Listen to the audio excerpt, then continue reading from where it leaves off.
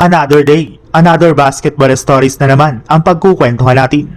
At ngayon nga ay pag-uusapan natin ang balitang lalampasan pa nga po ni Kevin Durant ang mga players na nasa all-time scoring list at ang balitang may re-rest back na nga po ngayon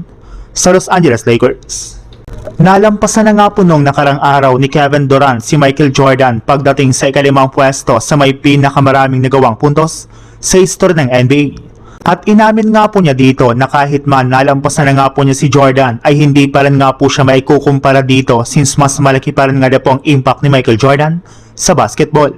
Pero kasabay naman nga po niyan ay sinabi rin naman nga po nito sa kanyang interview na hindi pa rin naman nga po siya tapos sa paggawa ng record. Matapos nga po nitong ibulgar na balak pa nga po niyang habulin at lampasan ang apat na players na nasa scoring list kagaya na lang ni Kobe Bryant, Karl Malone, Kareem Abdul-Jabbar at maging si LeBron James. As of now nga po ay meron lamang 1K points na pagitan nga po nila ni Kobe Bryant, 4K plus points naman kay Karl Malone, 6K plus points naman kay Kareem Abdul-Jabbar at almost 11K points naman sa pagitan nga po nila ni LeBron. Kaya kung maglalaro pa nga po si KD sa mga susunod na taon ay hindi na nga po talaga malabo na maungusan niyang mga ito, depende na rin kung magiging consistent pa siya pagdating sa kanyang scoring. Since patanda na rin naman nga po ang kanyang edad at humihina na rin naman nga po dito ang kanyang pangangatawan.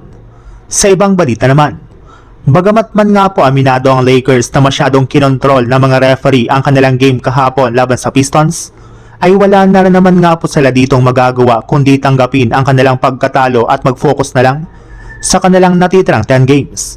Kailangan na nga po nalang maipanalo ang mga ito kung gusto man nga po nalang magkaroon ng maayos na momentum at makakuha agad ng home court advantage sa first round ng playoffs at uumpisan nga po nila ito sa kanilang game bukas laban sa Indiana Pacers. At bago pa man nga po magsimula ang kanilang laro,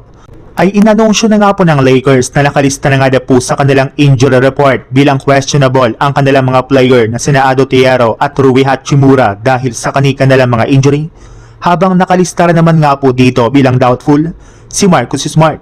Sa madaling salita, posible na nga po talaga na makapaglaro na bukas ng umaga ang kanilang mga wingman na makakatulong sa kanila laban sa Indiana Pacers.